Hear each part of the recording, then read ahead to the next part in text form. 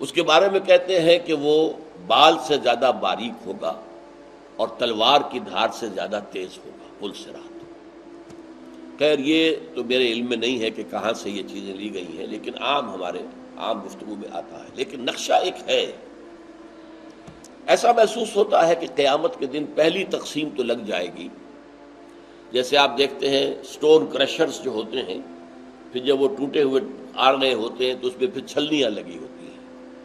پہلے اس سائز کی چھلنی نکل جائے گا پتھر، پھر اس سائز کا، پھر اس سائز کا۔ تو پہلی چھلنی تو لگے گی کافر مسلم، کافر جاؤ سیدھے جہنم کے اندر، تمہارا حساب کتاب بھی کوئی نہیں ہے۔ حساب کتاب کا ہے، اللہ ہی کو نہیں مانا، آخرت کو نہیں مانا، رسالت کو نہیں مانا، کس بات کا حساب؟ تمہارے کسی نیکی کے عمل کی کوئی وزن ہے ہی نہیں۔ اب بچیں گے مسلمان۔ مسلمانوں میں منافق بھی ہیں اور صادق الایمان بھی ہیں۔ اب ان میں چھلنی لگے گی۔ وہ چھلنی کچھ ایسی ہوگی کہ جہنم کے اوپر ایک پل ہوگا اور اس میں گھپ اندھیرا ہوگا، گھپ اندھیرا۔ اور جن لوگوں کے پاس ایمان اور عمل صالح کی روشنی ہے وہ روشنی ظاہر ہو جائے گی۔ ایمان ایک نور ہے جو میرے اور آپ کے قلب میں ہے، لیکن اس وقت وہ نور ظاہر نہیں ہو رہا، اس وقت وہ نور ظاہر ہوگا، وہ چمکے گا۔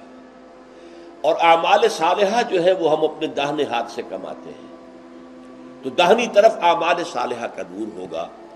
تو جو اہل ایمان ہوں گے وہ اس نور کی روشنی میں راستہ دیکھتے ہوئے کہیں ٹھوکر نہیں کھائیں گے، وہ سیدھے اس پل کو عبور کر کے اور دوسری طرف جنت ہوگی، وہ جنت میں داخل ہو جائے۔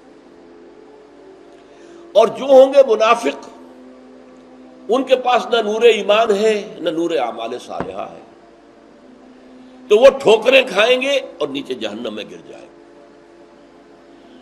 یہ ہے ایک نقشہ، اور اس کے لیے تائید سورہ، یہ جہاں تک میں نے آپ کو بتایا یہ نقشہ، یا ایھا الذین آمنوا توبوا الی اللہ توبۃ نصوحا عسیٰ ربکم ان یکفر عنکم سیئاتکم ویدخلکم جنات تجری من تحتہا الانہار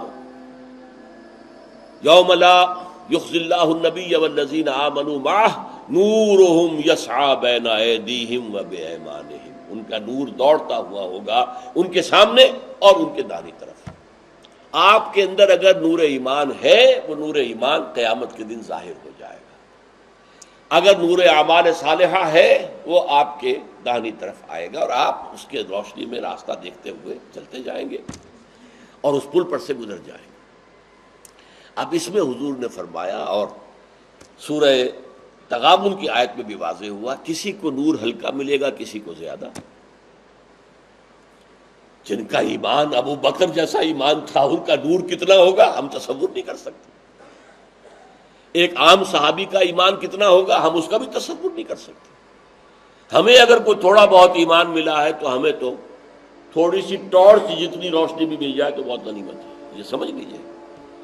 گھپ اندھیرے میں ٹارچ بھی کتنی بڑی نعمت ہے، کتنی بڑی نعمت ہے۔ کم سے کم آپ دیکھ رہے ہیں کہیں سانپ تو نہیں بیٹھا ہوا، میرا پاؤں کسی سانپ کے اوپر تو نہیں پڑ جائے گا۔ وہ ٹارچ بھی بہت بڑی ہے۔ حضور نے فرمایا کہ کچھ لوگوں کو تو ایسا ایمان ملے گا جس کی روشنی صرف ان کے قدموں کے سامنے ہوگی، بس اتنی روشنی ملے گی۔ لیکن میں نے کہا یہ روشنی کتنی غنیمت ہوگی۔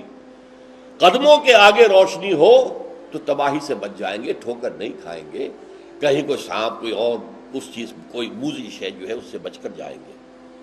اور آپ نے فرمایا کسی کو اتنا نور ملے گا جس کی روشنی مدینے سے صنعاء تک پہنچے گی۔ صنعاء یمن کا صدر مقام، کم و بیش میں سمجھتا ہوں 1000 نہیں تو 700-800 میل کا فاصلہ ہے، وہاں تک لوگ پہنچے۔